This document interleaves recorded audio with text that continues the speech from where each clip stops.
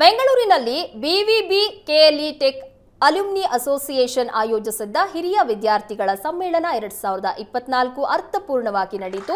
ಕಾರ್ಯಕ್ರಮಕ್ಕೆ ಕೆಎಲ್ಇ ಕಾಲೇಜಿನಲ್ಲಿ ಎಂಜಿನಿಯರಿಂಗ್ ಓದಿ ಜಾಗತಿಕ ಮಟ್ಟದಲ್ಲಿ ಹೆಸರು ಪಡೆದಿರುವ ಸುಧಾಮೂರ್ತಿ ತಮ್ಮ ಕಾಲೇಜು ದಿನಗಳನ್ನು ಮೆಲುಕು ಹಾಕಿಕೊಂಡರು. ಕಾರ್ಯಕ್ರಮದಲ್ಲಿ ಭಾಗವಹಿಸಿದ ಮಾಜಿ ಸಚಿವ ಮುರುಗೇಶ್ ನಿರಾಣಿ ಕೆಎಲ್ಇ ಕಾಲೇಜಿನ ಇತಿಹಾಸದ ಬಗ್ಗೆ ಮಾತನಾಡಿದರು. ಅದನ್ಯ ಚೇತನ ಮುಖ್ಯಸ್ಥೆ ತೇಜಸ್ವಿನಿ ಅನಂತಕುಮಾರ್ ಸೇರಿ ಹಲವು ಉದ್ಯಮಿಗಳು ತಮ್ಮ ಯಶೋಗಾಥೆಯನ್ನ ಹಂಚಿಕೊಂಡರು. ಕಾರ್ಯಕ್ರಮದಲ್ಲಿ ಕೆಎಲ್ಇ ಟೆಕ್ನಾಲಜೀಸ್ ವಿವಿ ಕುಲಪತಿ doctor Prakash Tiwari, alumni association ಅಧ್ಯಕ್ಷ ರಾಮ್ ಕರೇರೂರ್ ಸೇರಿದಂತೆ 700ಕ್ಕೂ ಹೆಚ್ಚು ಹಿರಿಯ ವಿದ್ಯಾರ್ಥಿಗಳು ಭಾಗವಹಿಸಿ ಸಂಭ್ರಮಿಸಿದರು.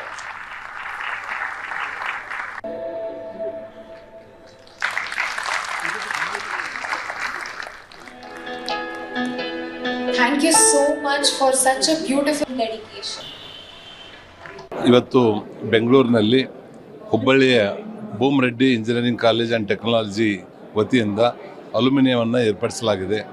ನಿಜವಾಗಿಯೂ ಹಿರಿಯ ಇಂಜಿನಿಯರ್ ಆಗಿರುವಂಥ ಇನ್ಫೋಸಿಸ್ನ ಫೌಂಡರ್ ಆಗಿರುವಂಥ ಸುಧಾಮೂರ್ತಿ ಮೇಡಮ್ ಅವರು ಸಹಿತ ಒಂದು ಚೀಫ್ ಗೆಸ್ಟಾಗಿ ಇಲ್ಲಿ ಬಂದಿರುವಂಥದ್ದು ನಿಜವಾಗಿಯೂ ಇವತ್ತೆಲ್ಲ ಹಳೆಯ ವಿದ್ಯಾರ್ಥಿಗಳಿಗೆ ಒಂದು ಸಂತೋಷ ಮತ್ತೊಂದು ಸೌಭಾಗ್ಯ ಅಂತ ಹೇಳ್ಬೋದು.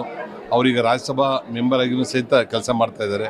ಡಾಕ್ಟರ್ ಪ್ರಭಾಕರ್ ಕೋರೆ ಅವರು ಕಳೆದ 4 ದಶಕಗಳ ಕಾಲ ಈ ಕೆಎಲ್ಇ ಸೊಸೈಟಿಯನ್ನು ಅತಿ ಎತ್ತರಕ್ಕೆ ಆಕಾಶದಂಗಳಕ್ಕೆ ತಂದು ಒಯ್ದಿರುವಂಥದ್ದು ಸಹಿತ ಒಂದು ಹೆಮ್ಮೆಯ ವಿಷಯ ಅಂತ ಹೇಳ್ಬೋದು. ಅವ್ರ ಮಾರ್ಗದರ್ಶನದಲ್ಲಿ ಸನ್ಮಾನ್ಯ ಅಶೋಕ್ ಚಟರ್ಜಿ ಅವರು ಸಹಿತ ಈ ಕಾಲೇಜನ್ನು ಯೂನಿವರ್ಸಿಟಿಯನ್ನು ಮಾಡಿ ಅದರ ಡೀನ್ ಆಗಿ ಮತ್ತು ಬೇರೆ ಬೇರೆ ಬ್ರಾಂಚ್ಗಳನ್ನು ಮಾಡೋದ್ರ ಮುಖಾಂತರ ಇವತ್ತು 400 ಸಂಸ್ಥೆಗಳನ್ನು ಕೆಎಲ್ಇ ಸಂಸ್ಥೆ ನಡೆಸ್ತಾ ಇದೆ. ಆ ಸಂಸ್ಥೆಯಲ್ಲಿ ನಾನು ಒಬ್ಬ ಹಳೆಯ ವಿದ್ಯಾರ್ಥಿ ಅನ್ನುವಂಥದ್ದು ಒಂದು ಅಭಿಮಾನ ಮತ್ತು ಒಂದು ಸಂತೋಷದ ವಿಷಯ ಅಂತ ಹೇಳ್ಬೋದು. ಇವತ್ತು ಭಾಳ ಸಂತೋಷ ಆಯಿತು. ನಮ್ಮ ಕಾಲೇಜಿದ ಮೀಟ್ ನೋಡಿ ಎಲ್ಲ ನಮ್ಮ ಕ್ಲಾಸ್ಮೇಟ್ಸ್ ಮ್ಯಾಕ್ಸಿಮಮ್ ಬಂದವ್ರು ಇದ್ರೊಳಗೆ ಅಂತಾರೆ 10-13 ಜನ ನಾವು ಇದ್ವಿ. ಎಲ್ಲ ಬ್ಯಾಚ್ನವ್ರಿಗೂ ಸಿಕ್ಕರು ಮತ್ತು ನಮ್ಮ ಕಾಲೇಜಿದ ಬೆಳವಣಿಗೆ ನೋಡಿ ಸಂತೋಷ ಆಯ್ತು ಅಂತ ನಂಗೆ ಭಾಳ ಯಾವಾಗಲೂ ಬಿ ಕಾಲೇಜ್ ಮೀಟ್ ಅಂದರೆ ನಂಗೆ ಸಂತೋಷ ಅನಿಸ್ತದೆ. ಭಾಳ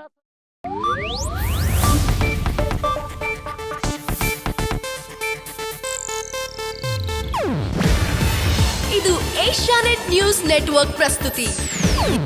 ನೀವು ನೋಡ್ತಿದ್ದೀರಾ ಏಷ್ಯಾನೆಟ್ ಸುವರ್ಣ ನ್ಯೂಸ್.